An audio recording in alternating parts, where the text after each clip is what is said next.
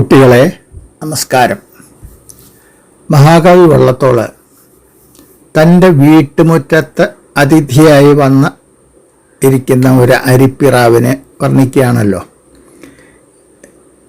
ഇതുവരെയുള്ള ശ്ലോകങ്ങളിൽ നാം ഇത് കണ്ടു. ഇനി 8ാമത്തെ ശ്ലോകം. അതിൽ ഈ പ്രാവ് ഒരു മഴവില്ല് പോലെ മനോഹരമാണ് എന്ന് ഒരു ആത്മകഥം പോലെ നമ്മളോട് പറഞ്ഞു തരികയാണ് കവി. ആ ശ്ലോകം ഇതാണ്: അതിരറ്റഴകുള്ളതായ കാർവില്ലതിവേഗേന മറഞ്ഞു പോകുമല്ലോ, അതിനാൽ വിധി പേർത്തു തീർത്തതാവാം അതിനൊക്കുന്നൊളിവീശുമിഖഗത്തെ. അതിരറ്റ അഴകുള്ളതായ കാർവില്ല് അതിവേഗേന മറഞ്ഞു പോകുമല്ലോ, അതിനാൽ വിധി അതിനൊക്കുന്ന ഒളി വീശുന്ന ഈ ഖഗത്തെ പേർത്ത് തീർത്തതാവാം എന്ന് അന്വയം. അതിരറ്റ എന്ന് പറഞ്ഞാൽ അതിരില്ലാത്ത, പരിധിയില്ലാത്ത, ഒരു ലിമിറ്റില്ലാത്ത, അത്രയും അഴകുള്ളതായ, ഭംഗിയുള്ളതായ കാർവില്ല് എന്ന് പറഞ്ഞാൽ മഴവില്ല്. അത് അതിവേഗേന, വളരെ പെട്ടെന്ന്, ക്ഷണമാത്രം കൊണ്ട് മറഞ്ഞു പോകുമല്ലോ, മാഞ്ഞു പോകുമല്ലോ, കാണാതെ പോകുമല്ലോ എന്ന് അർത്ഥം. ഇവിടെയും ആ അല്ലോ എന്നുള്ളത് മറഞ്ഞു പോകും എന്ന് പറഞ്ഞാലും പൂർണ്ണവും ക്രിയ. പക്ഷെ പോകുമല്ലോ എന്നുള്ളത് അത് ഉറപ്പായിട്ടും അങ്ങനെ സംഭവിക്കും എന്ന് കാണിക്കാൻ വേണ്ടിയാണ്. ഇത് ഒരു ലോകതത്വം കൂടിയാണ്. അധികം ഭംഗിയുള്ളതൊക്കെ ക്ഷണഭംഗുരങ്ങളായിരിക്കും, ഉടനെ തന്നെ നശിച്ചു പോകുന്നർത്ഥം. അതിനാൽ, അക്കാരണത്താൽ വിധി, അതായത് സൃഷ്ടികർത്താവ് ബ്രഹ്മാവ്, അതിനൊക്കുന്ന, അതായത് ഈ മഴവില്ലിനോട് സമമായിട്ടുള്ള, അത്രയും കാണാൻ അഴകുള്ളതായിട്ടുള്ള ഈ ഖഗത്തെ, ഖഗം എന്ന് പറഞ്ഞാൽ, ഖം എന്ന് പറഞ്ഞാൽ ആകാശം, അതിൽ കൂടെ ഗമിക്കുന്നതാണ് ഖഗം. അപ്പോൾ ആകാശത്ത് കൂടെ സഞ്ചരിക്കുന്നതായി പക്ഷിയെ പേർത്ത് എന്ന് പറഞ്ഞാൽ പിന്നെയും, അധികമായി, നന്നായി എന്നൊക്കെ അർത്ഥമുണ്ട്. പേർത്ത് തീർത്തതാവാം. തീർക്കുക എന്ന് പറഞ്ഞാൽ പണി തീർക്കുക, പണി പൂർത്തിയാക്കുക, നിർമ്മിക്കുക അർത്ഥം. നന്നായി നിർമ്മിച്ചതാണ് എന്ന് കവി വിഭാവനം ചെയ്യുകയാണ്. അങ്ങനെ ഭാവന ചെയ്യുകയാണെന്നർത്ഥം. നമുക്ക് എന്ത് സംഗതിയായാലും ഒന്നോ ഒന്നിലധികമോ ഗത്യന്തരങ്ങൾ, ആൾട്ടർനേറ്റീവ്സ് ഉണ്ടാവണം. അതില്ലാതെ വിചാരിക്കാം, അപ്പോൾ വിഷമങ്ങൾ ഉണ്ടാവാൻ സാധ്യതയുണ്ട്. ഒരേ ഒരു വഴിയുള്ളൂ, അതവിടെ അടഞ്ഞു പോയിച്ചാൽ പിന്നെ വഴിയില്ലല്ലോ. അങ്ങനെ വന്നാൽ പറ്റില്ല. അപ്പോൾ ഒരു ഗത്യന്തരം ഉണ്ടാവണം. അങ്ങനെ അതിനു വേണ്ടിയിട്ട് ആണ് ഈ പക്ഷിയെ ഉണ്ടാക്കിയത് എന്നാണ് കവി നമ്മൾ പറഞ്ഞു തരുന്നത്. പിന്നെ ഈ മഴവില്ല് അത് ഉണ്ടാവണം വെച്ചാൽ പല കണ്ടീഷൻസ് അതിൻ്റെ ആവശ്യമുണ്ട്. അതൊക്കെ ഉണ്ടായാലാണ് മഴവില്ല് കാണാൻ പറ്റുള്ളൂ. ഒന്ന്, സൂര്യൻ ഉള്ള പകൽ നേരത്തെ കാണുള്ളൂ. അത് തന്നെ സൂര്യൻ ഉച്ചയ്ക്ക് തലയ്ക്ക് മുകളിലായ സമയത്ത് കാണില്ല. നമ്മുടെ പിന്നിലാവണം.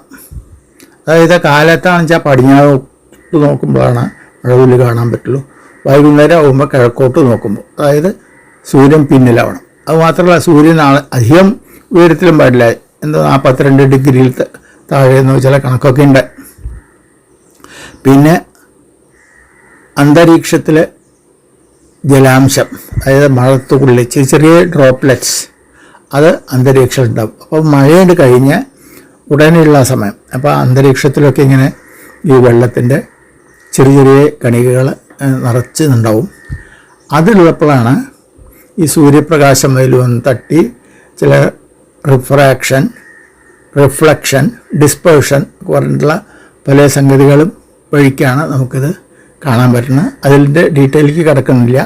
അത് വളരെ ഭംഗിയുള്ളതാണ്, വളരെ ക്ഷണഭംഗുരാണ്, വളരെ പെട്ടെന്ന് മാഞ്ഞു പോവുകയും ചെയ്യും ഇത്. അപ്പോൾ മഴവില്ല് ആൾക്കാർക്ക് എപ്പോഴും കാണാനൊന്നും പറ്റില്ലല്ലോ, ആ പ്രത്യേക ഇങ്ങനെ കണ്ടീഷൻസ് മാത്രമാണ് കാണാൻ പറ്റുള്ളൂ. അപ്പോൾ അതിന് ബദലായിട്ട്, അതിന് പകരമായിട്ട് ഇത്രയും ഭംഗിയുള്ള ഈ അരിപ്രാവിനെ സൃഷ്ടിച്ചത് മഴവില്ല് കാണാൻ പറ്റാത്ത ആൾക്കാർക്ക് ഇതിനെ കണ്ട് രസിക്കാൻ വേണ്ടിയിട്ടാണ് എന്നാണ് കവി പറയണത്. ചുരുക്കത്തിൽ അതിമനോഹരമായിട്ടുള്ള, ക്ഷണഭംഗുരമായിട്ടുള്ള, പെട്ടെന്ന് തന്നെ മറഞ്ഞുന്ന ആയിട്ടുള്ള മഴവില്ല്, അതിന് തക്കതായ ഒരു ആൾട്ടർനേറ്റീവ്, അതിന് പകരത്തിൽ വേണ്ടിയാണ് വിധികർത്താവ്, സൃഷ്ടികർത്താവ്, നമ്മുടെ ബ്രഹ്മാവ് അതിനൊക്കുന്ന ഈ മഴവില്ലിൻ്റെ ഭംഗിയോട് ഉപമിക്കാവുന്ന അത്രയും ഭംഗിയുള്ള ഈ അരിപ്രാവിനെ സൃഷ്ടിച്ചത്, അധികമായി നിർമ്മിച്ചത്, ഈ സ്പെയർ ഒന്നിരിക്കട്ടെ എന്ന് കരുതി തീർത്തതാണ് എന്ന് കവി വിഭാവനം ചെയ്യുകയാണ്. ഇതൊരു ലോകതത്വം കൂടിയാണ്. അധികം നല്ലത് അധികകാലം ഈട് നിൽക്കില്ല.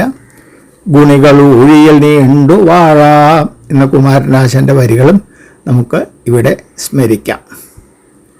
ഇന്ന് തന്നെ അടുത്ത ഒരു ശ്ലോകം കൂടി നോക്കാം.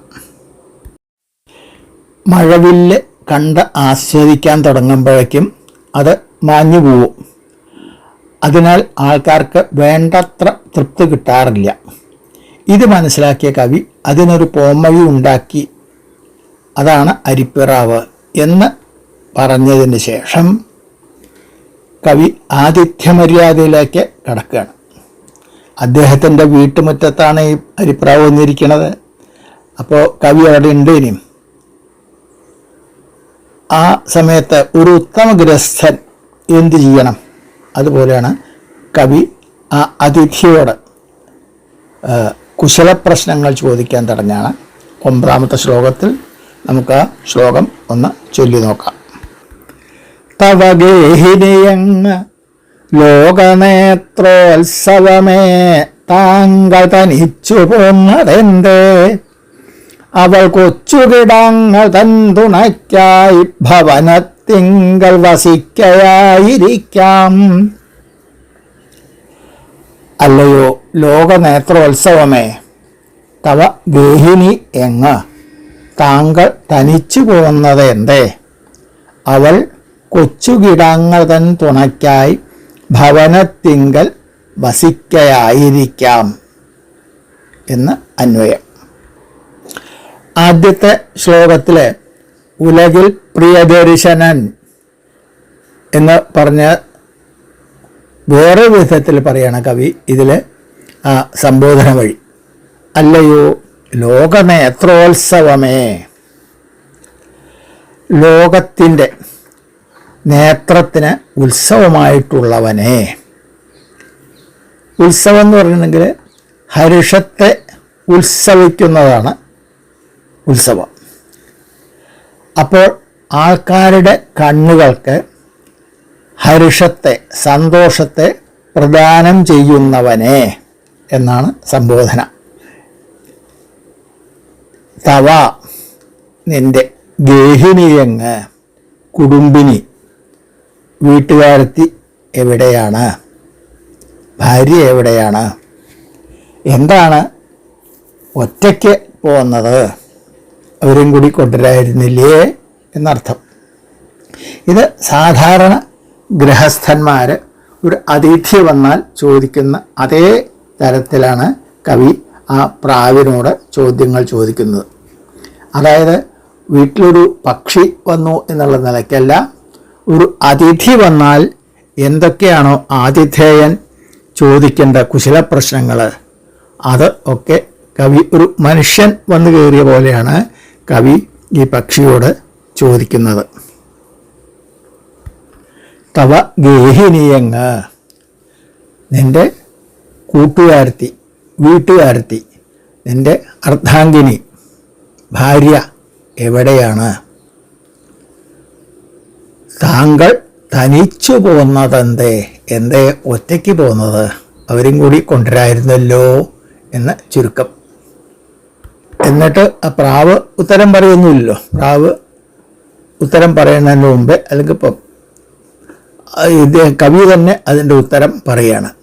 അവൾ,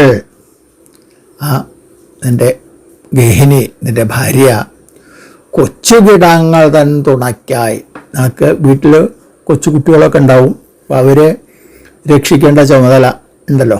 അപ്പോൾ ഭർത്താവ് പുറത്തു പോകുമ്പോൾ ഭാര്യ എന്തായാലും വീട്ടിലുണ്ടായിട്ട് ആ കുട്ടികളെ വേണ്ട പരിരക്ഷ ചെയ്യണം. പ്രത്യേകിച്ച് പക്ഷികളാകുമ്പോൾ അവർക്ക് ചിറക് മുളയ്ക്കുന്നവരെ വളരെ ദുർബലങ്ങൾ തന്നെയാണെന്നർത്ഥം. അവർ വളരെ പെട്ടെന്ന് മരിച്ചു പോകാൻ സാധ്യതയുണ്ട്. അപ്പോൾ അവർക്ക് സ്വയം കഴിച്ചു കൂട്ടാൻ പറ്റില്ല, ഭക്ഷണമൊക്കെ കൊണ്ട് കൊടുക്കണം, എന്നാലേ അവർ കഴിക്കാൻ പറ്റുള്ളൂ. അപ്പോൾ അവരുടെ രക്ഷ നോക്കും വേണം. ഇപ്പോൾ കൂട്ടിൽ മരത്തിൻ്റെ മുകളിൽ നിന്നൊക്കെ കീഴ്പൊട്ടി ചാടി മരിക്കുക ഉണ്ടാവുമല്ലോ. അപ്പോൾ അതൊക്കെ തടുത്ത് അവരെ രക്ഷിച്ചുകൊണ്ട് ചിറകും കീഴൊതുക്കിക്കൊണ്ട് ഇങ്ങനെ ഇരിക്കണം. അതാണ്. അപ്പോൾ അവൾ കൊച്ചുകിടാങ്ങൾ തൻ തുണയ്ക്കായി ഭവനത്തിങ്കൽ, വീട്ടിൽ വസിക്കയായിരിക്കാം, താമസിക്കുകയായിരിക്കാം, പാർക്കുകയായിരിക്കാം. അത് കാരണവും താങ്കൾ ഒറ്റയ്ക്കെത്തുന്നത് അല്ലേ എന്ന് കവി ചോദിക്കുകയാണ്. ഇവിടെ ഒരു കാര്യം പ്രത്യേകം ശ്രദ്ധിക്കണം. കവി ഒരു ഗൃഹസ്ഥൻ എന്ന മട്ടിലാണ് ഈ പ്രാവിനെ കാണുന്നത്. അപ്പോൾ ആ വാക്കുകളൊക്കെ അതിനനുസരിച്ചിട്ടാണ് ഉപയോഗിച്ചത്.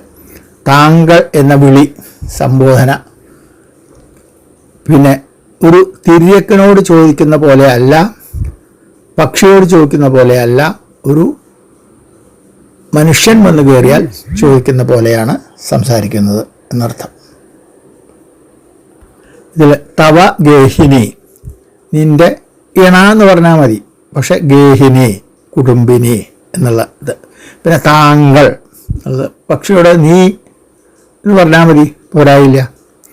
അവൾ എന്ന് പറയുന്നത് അത് എന്ന് പറഞ്ഞാൽ എവിടെ നിൻ്റെ ഇണ, അതെവിടെ പോയി എന്നുള്ള മാതിരി അത് എന്ന് പറഞ്ഞാലും മതി. പിന്നെ ഭവനം എന്നുള്ളത് പക്ഷിയെ സംബന്ധിച്ചുള്ള കൂടെന്നോ ഒരു മരപ്പൊത്തോ അല്ലെങ്കിൽ ഒരു മരത്തിൻ്റെ കൊമ്പ് മതി എന്നെ ഇരിക്കാൻ. അങ്ങനെയല്ലാതെ കണ്ട് എല്ലാം ഒരു കുടുംബസ്ഥനോട് ചോദിക്കുന്ന പോലെയാണ് ഇദ്ദേഹം ഈ പ്രാവിനോട് സംസാരിക്കുന്നത്. അപ്പോൾ അത് അതിഥി വന്നാൽ ചെയ്യുന്ന പോലെ. അപ്പോൾ എത്ര ഒരു ഉന്നതമായിട്ടുള്ള സ്ഥാനമാണ് ഈ പ്രാവിന് കവി കൽപ്പിച്ചു കൊടുത്തിട്ടുള്ളത് എന്ന് നമുക്ക് മനസ്സിലാക്കാൻ പറ്റും. സമം പശ്യതി സർവത്ര, കേവന്മാർ അങ്ങനെയാണ്, എല്ലാവരെയും ഒരേപോലെ കാണാൻ കഴിവുള്ളവരാവും എന്നും ഉള്ള സംഗതിയും നമുക്കിവിടെ ഓർക്കാം. ചുരുക്കത്തിൽ പറഞ്ഞാൽ എന്താ ഒറ്റയ്ക്ക് പോകുന്നത്, ഭാര്യയും കൂടി കൊണ്ടുവരായിരുന്നു എന്ന് പറഞ്ഞതിന് ശേഷം അവർ കുട്ടികളെ നോക്കി വീട്ടിലിരിക്കാവും അല്ലേ എന്ന കവി അതിൻ്റെ ഉത്തരവും പറയുന്നതായിട്ടാണ് ഈ ശ്ലോകത്തിൽ പറയുന്നത്. നമുക്ക് ഈ ശ്ലോകം ഒന്നുകൂടി ചൊല്ലാം.